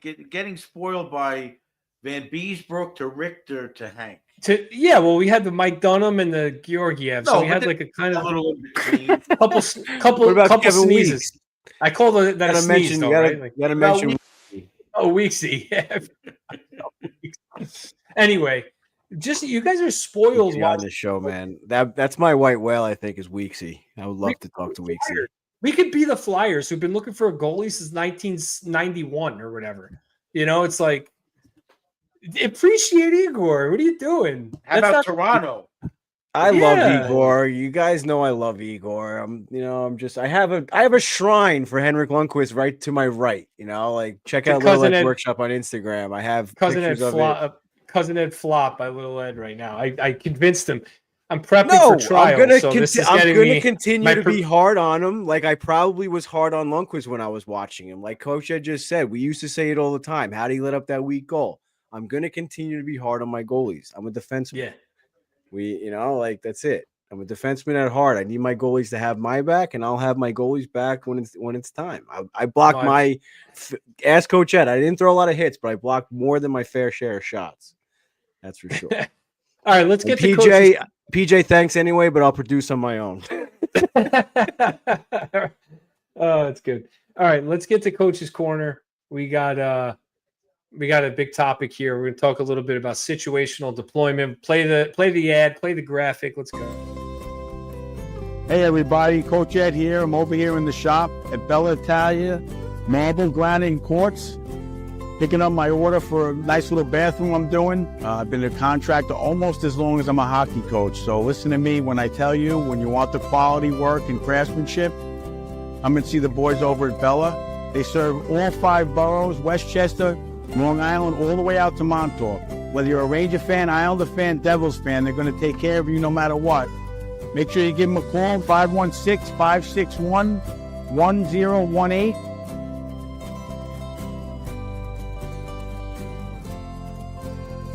Let's go, Rangers.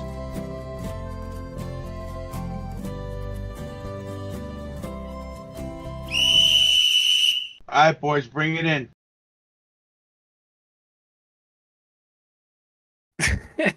I want to ask Mike. I got to ask him what you actually said that he cut out after you read the phone number. If you watch it closely, you were still talking and he clipped it. So you must have continued. Like a hard stop. You're like about So he clipped whatever you said after that. So I'm very curious. I want to see the raw. You might have to get the bloopers. Like a hidden episode. That's like a hidden episode. We'll release that in 5 years. Yeah, we need to do a Patreon. Do a Patreon.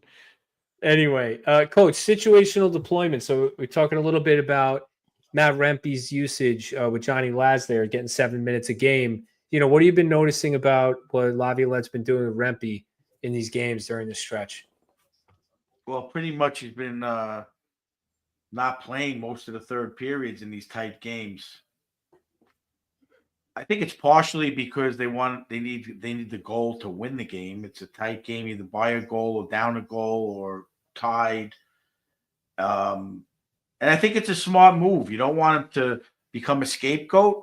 So as long as they're communicating, which is what Laz feels they're not doing a lot. I don't know from upper management, but if the coaches are communicating that with him and saying, look, we're going to get this guy more in the game in this situation, I'm sure he's fine with it. He's definitely a coachable kid.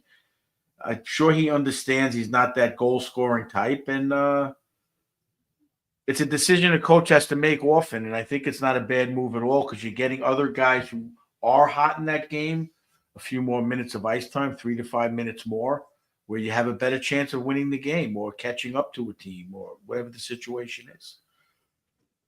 How much do you think it has to do with the referees targeting Rempe? Not that he isn't responsible for some of his penalties, but sometimes it's a little bit of it. Like last night the fight with what's his name, Wi-Fi or Jack Guy, whatever his name is. He got a 2-minute instigator with the fight. I mean, it looked like two heavyweights that wanted to fight. They spoke before the game. It was clear they were going to fight, and they still gave Rempe an instigator. How much of it do you think is Laviolette worried about that? I think he's worried. I don't think he's actually blaming Rempe on it as far as he's making a stupid penalty. I just think also the refs are singling him out more. In a marginal call, he's going to get the penalty. Whereas, like we talked about last night, that Gallagher hit, if Rempe makes that hit, I think it was on Borgen, actually. If Rempe makes that hit, even though Borgen turned his back on the play, and I don't think it was a penalty, if Rempe makes that hit, he's got a 10-game suspension. Yeah. Or the hit Anderson late on Hedel. I mean, that was a penalty, man. That was another bad one. Yeah. If Rempe makes boarding. those hits, he's targeted by the league. He's targeted by the referees. So to protect the team and the game situation, you don't want that situation to have to cause the game, and then the fans are on it and the press and everything else, and it becomes a negative. So he's got to understand, until he gets very good at making those better decisions, which I think he has been doing well. Like I said to Jonny Laz, I'm watching him play defensively, keying on him in the zone, and I think he's playing smart. He's helping out down low with his reach, and then he's popping back up, and he's not getting caught in the corner. He's doing little things that I think he's improving on. So he's reeling it in a little bit, which is good. Yeah, it's a tough decision for a coach, even defensively. They're not going to play certain defensemen. You know, in my opinion, I wouldn't have Panarin out in certain situations. And it could go game by game. You know, Lafreniere was giving the puck away all third period. I'm like, what the hell is he doing? So if he's not going to get it, then you got to, like, tone it back and give another guy a shift or something. You know, it's a situational. I don't want to say it's a benching. We were talking about that off the camera yesterday. I don't want to say it's a benching. I just think it's a situation where you're putting players out that you need out there. You're not benching him because he's being punished for a bad penalty, but you don't want to put the team in a situation that they don't need. Now, when you coach college, and this is for Little Ed too, do you guys have overtime rules? Like, is it 3-on-3, 4-on-4, or is it just 5-on-5 overtime for you guys? During the season, it's 3-on-3 for 5 minutes, no shootout. Okay, so, you know, I'm looking at last night's game. You know, they start overtime. Hedl, Miller, and Kreider. Surprised not Trocheck on the face-off to get possession. Surprised it's not Fox, Panarin. You know, what do you think goes into that decision? I mean, are there times where you don't put your 3 best guys out there when you're coaching? I definitely try to put out. I'll put out 1D. We'll put out 1D and 2 forwards usually. And it's going to be guys that can handle the puck. It's not going to be guys who aren't making good decisions. And to me personally, you know what I'm going to say, how those 3 guys are out there together. When they were out there and they let up the goal later. Yeah. I don't understand that decision. I could see Kreider out there with Zibanejad and Fox. I could see Hedl out with say Trocheck and Schneider or something. Schneider, you know, I just don't see those 2 guys. When Miller handles the puck, Miller had a play last night. If I'm watching the game as a coach, and yes, he does make a lot of good plays lately, but he had a play last night where Trocheck gave him the puck. I think it was on a power play. I don't remember. Trocheck was at the high slot, top of the circles. He gives Miller the puck, and then Trocheck opens up. He's wide open. And Miller didn't know what – Miller, like, dumped it behind the net. Yeah. I mean, his awareness. It wasn't even like a play where you had to think about. It was like he's got his stick up here, and he just doesn't have that IQ, mental hockey-wise, where he sees those things. So – and how many times in the last 3 games he gets to the blue line, like I've always said, makes them stop, and then all of a sudden he has to stop and dump it in, and everybody's sitting there looking. You know, so having him out there with 2 guys that Kreider's like one of the worst passes on the team, in my opinion. He makes a good pass here and there on a power play, but yeah, he's good at recovering the puck and just dumping around. He's just not that guy you want out with Miller and Hedl. You know, you got to pick those better, but especially since Miller, Miller and Hedl are guys that I like in overtime in a vacuum because they both have speed, and that's important in a 3-on-3. But the problem is that they both are either going to go end to end and score a beautiful goal or handle it like a grenade. So it's like you're just risking a lot. You know, we'll bump into each other like they've done in the past. Right, exactly. So maybe one of those guys out, like you said, with like Trocheck and more reliable guys, Zibanejad, whatever, makes sense to me. But anyway, Little Ed, I saw in the chat earlier somebody asked about the decision to put Zibanejad on the breakaway. On the shootout, and I thought that was also a good question for this topic because, Coach, Zibanejad, how many overtime breakaways is Zibanejad going to get? and he misses them, and then the decision to put him in the shootout after missing 2 breakaways in overtime, is that kind of like a law of averages decision? Is it just this is my shootout? It's like you can't miss all 3. Or is it just this is my shootout lineup? You think they just have a shootout lineup no matter what, and they're like, this is our lineup? Or do you think it's game by game? I mean, I don't know. Never mind that game. He went over 2 in the most recent like 10 minutes of like actual 10 minutes. Not I think he had a breakaway in the Denver game and missed. I think he had a breakaway in Utah. He's had to have like 5 or 6 breakaways in the last 3 games. I think he's had 4 overtime breakaways. No, not even overtime. I'm talking about during the game against Colorado. We had like 3 or 4 breakaways. He had 2. Yeah. Yeah, I don't know. It's interesting, but you make a good point about Rempe. Generally, that the coach wants to get guys like Cooley and Panarin more ice time. Look, a kid like Rempe knows his role. He knows he's not the go-to guy. He's not going to sit there and pout on the bench like, why am I out there? They show the bench. He's still smiling, talking to Kreider. It's not like he's sitting there. When he gets his chance, he's going to go out there, skate as best he can the whole shift and go off at the right time. He's been managing his shifts well. I mean, I'm sure the coaches noticed that, but he's just not going to have that. He's not that threat to win the game. Yeah, because like you said, I mean, he's already beat the curve of even making it to the NHL, sitting on that bench, wearing the jersey. He's thrilled to be here. Sure, he wants to play more minutes. Anyone would. But at the same time, he understands that he has got to work on himself. And he also understands that if he makes another mistake, he's probably not coming back. I mean, I know we probably said that last time, but now after an 8-game suspension, if he throws another hit like that or does something stupid, which the fight against I don't know how to pronounce his name. Jack Guy, Wi-Fi. That scared me a little bit because he started throwing punches before Wi-Fi even got his gloves off. Well, that's why they gave him the penalty, but it's nonsense. But I mean, that could also be, and that scared me. It could have been an extra fine. You never know, an extra little rough, especially a play like Rempe. So, like I said, if he does something stupid, it's almost like you want to play the kid more. You want him to like not learn the hard way, but kind of get into a groove. But at the same time, you kind of not playing the law of averages, but I guess probability, where it's like if he plays less minutes, there's less of a chance of him doing something stupid. Yeah. I think that guy goaded him into it. The refs probably don't hear every word. Oh, 100%. Because if you saw him drop the gloves, he hit him twice, and then he waited for him to drop his gloves.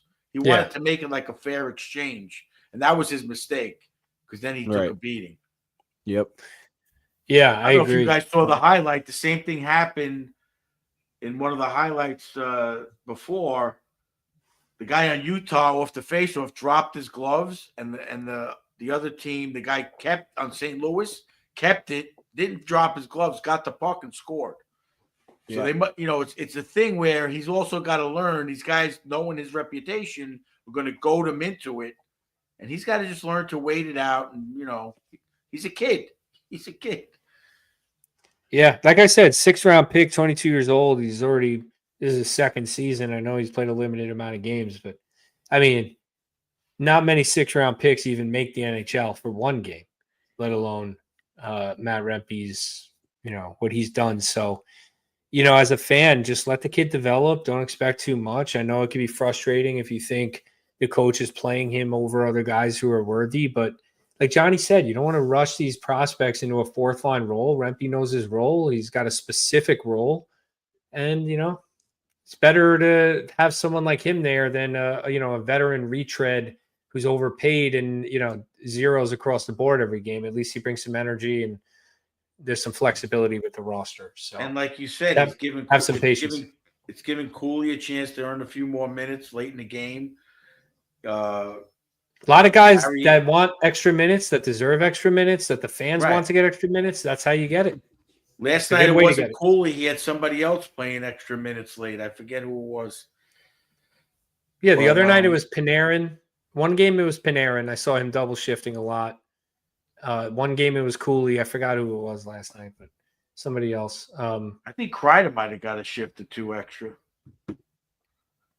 But Yeah, anyway, maybe, that's a but- game by game decision by the coaching staff, and I like it because you go with a hot hand, and if you need that guy on the ice more, it's just easier. Yeah, for sure. All right, we're running late here, 1:40 already. So let's keep it moving. Stars of the week, guys. Let's put the graphic up. Let's do our player of the week and coach it. All right, player of the week. We got again, we're just doing player of the week and Doghouse Award for now. Maybe we'll come back, but we debated it for this episode, but I don't want to jinx it because since we started doing this, the team has turned it around. I'm gonna go first. Steal a thunder on this one. My player of the week is Sam Carrick. I mean, the guy just come on. I mean, Sam Carrick has. I saw somebody say he has burned. I think it was Cale Makar and I forgot who the other guy was, but there were two really fast, excellent players, and that led to breakaway goals recently. So, like, how can you not pick this guy? The energy he brings, he's just been a workman. Like, I saw a thing Brian Boyle called him a lunch pail guy. That's exactly right. But he also puts up a few points. He's got a dozen points. He's got, pretty good speed. He's smart defensively. He hits. He fights. Good role player. Like, I'm giving it to him. I think he's been a big part of this turnaround. Yeah, I gave him the A+ in my report card, right? I think, or A-. I forget. No, I think it was A+. But yeah, like you said, like he just does everything you expect from him. Like he's not going to try and do too much. He was called upon in that overtime for whatever reason, and he came through. I mean, he's called upon to be a fourth liner. He comes through. He's called upon to throw a hit. He comes through, whatever. But I mean, I think that's a great pick, but I'm going to go with Will Borgen. I mean, we talked about him all episode. One thing we didn't mention, I mean, the pressure coming into New York in exchange for the second overall pick, there's a lot of pressure there as well. And I think he's stepped up into his role. And like everything we said before, he's just done a great job. So I just wanted to mention that one thing about the pressure that comes with it that we didn't really mention. Yeah. And he kind of replaces the captain in a way, right? I mean, Trouba gets traded and he's kind of stepped into Trouba's spot too. So that's a lot of pressure as well. 100%. Good point. Coach Ed. I mean, it was a tough one because I think everybody's playing on a pretty even playing field. No one's really standing out. Coach Ed has Cousin Ed's outline open in front of him with all the yes, that's exactly what I have because it's the first time he's looked at it, but also how far away from the microphone are you going to be for this segment? He's got his iPad open with the stat sheet. I'm watching NHL Network. Getting EJ Raddick's player of the week. You could see it in his glasses, the reflection. All right, I'm gonna throw this curve at you guys. I'm giving it to Igor for the 0-0 shutout win and a great game against Colorado. I'm going to give it to Igor. He did give up 2 bad goals in that game, I thought, but he was great otherwise. When you stop McKinnon and Makar ranting in on a regular basis, I'm giving it to Igor for this week. I like that pick. All right. Now it's time for Coach Ed's Copyright Doghouse Award. You see it on the screen there.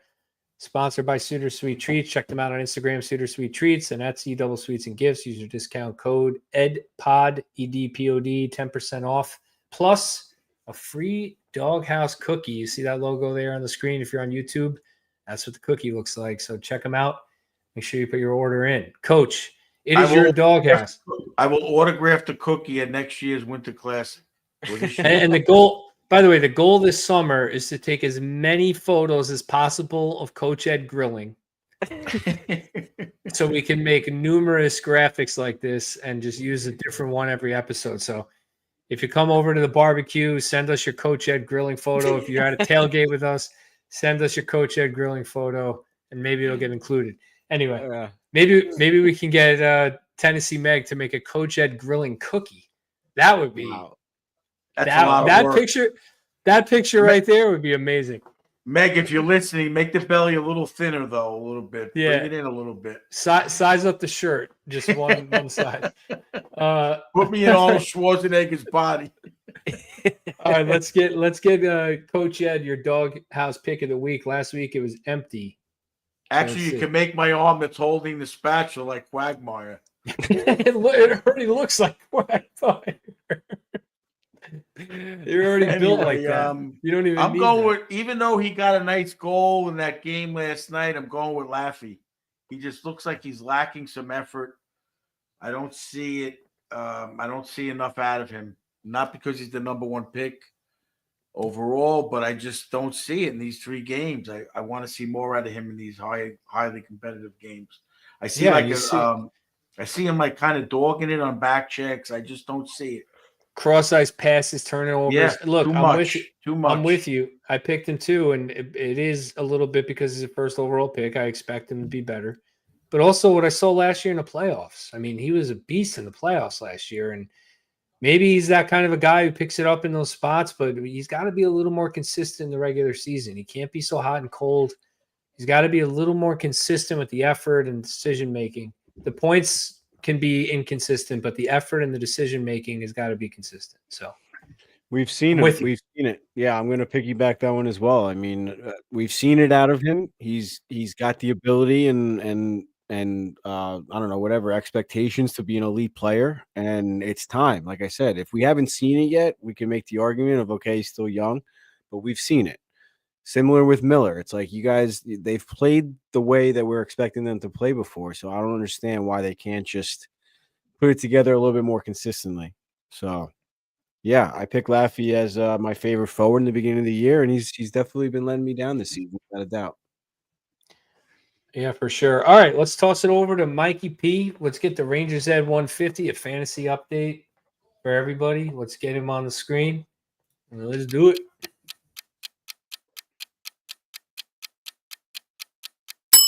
Ladies and gentlemen, welcome back to the Rangers Ed Fantasy Hockey 150. Jumping right into some news, John Tavares left Leafs practice on Wednesday of last week after getting his feet tangled up in the corner with Chris Tanev during drills. The injury does appear to be fairly serious, with Tavares being placed on IR and listed as week to week. So fantasy owners should be aware and looking for a semi-permanent or long-term replacement from the waiver wire. Keeping on the theme of practice injury, Sharks leading scorer Tyler Toffoli left Saturday's morning skate and did not play on Monday against the Bruins. Right now, it is unclear as to the severity of this injury, but fantasy owners should be monitoring the situation. Last found Nichushkin practiced with the big club on Sunday and is likely to return to the Avs lineup at some point this week. On to the waiver wire. First up on the list, we have Shane Pinto of the Ottawa Senators. Owned in only 11% of Yahoo leagues, Pinto has 4 assists in the Sens' last 5 games and has been all around the net in that span. Realistically, Pinto's stats don't scream at me immediately, but Pinto is the type of player that plays best against the best. And with the Rangers, Bruins, and Leafs coming up on the Sens' schedule, he is a high-risk, high-reward option that should be considered if you have a little bit of wiggle room on your roster. Second on the list, we have Pavel Zacha of the Boston Bruins, owned in only 16% of Yahoo leagues. Zacha has 2 goals and 4 assists in the Bruins' last 3 games, while playing first line and first power play. Zacha on his own isn't typically a standout fantasy player, but with his line mate David Pastrnak currently red hot with 11 points in the Bruins' last 4 games, Zacha should continue to be an accessory to that success. Third on the list, we have Chandler Stevenson of the Seattle Kraken, owned in only 9% of Yahoo leagues. Stevenson has 3 goals in the Kraken's last 4 games, while playing second line center, first power play, and first penalty kill for the Kraken. He can provide you coverage in most scoring categories, and if your league rewards face-off wins, he is typically an asset in that category, averaging somewhere between 8 and 10 wins a night. Finally, we have to shout out some outstanding performances from the last few weeks, starting off with the aforementioned David Pastrnak of the Boston Bruins. He started off the year at a decrepit pace, but has put the pedal down in the last few weeks with 5 goals and 6 assists in the Bruins' last 4 games, and 4 of those points coming on the power play. Second on the list, we have Philip Forsberg of the Nashville Predators. Forsberg is also on a scoring tear, currently riding a 5-game goal streak, and through that span, he's put up 6 goals and 3 assists, with 3 of those points coming on the power play. He did also put up 2 goals and 2 assists in the Preds' 6-2 win over the Minnesota Wild last week. Third on the list, and this is the second time I have to acknowledge a player from a team that I think the NHL could do without, but such is my burden, and a tip of the hat goes to rookie sensation Cole Hudson of the Montreal Canadiens. The Canadiens are the best team in the league at the moment with a 12-3-1 record through their last 16, and Hudson's offensive contributions have been a large part of that success. Hudson is riding an 8-game assist streak with 1 goal and 10 assists through that span, and with 38 points through 46 games played this season, he is a favorite for the Calder Trophy. Folks, we got lots of great hockey coming up this week, so make sure to tune in next week for more fantasy hockey news, updates, and insights. And until then, this has been your 150.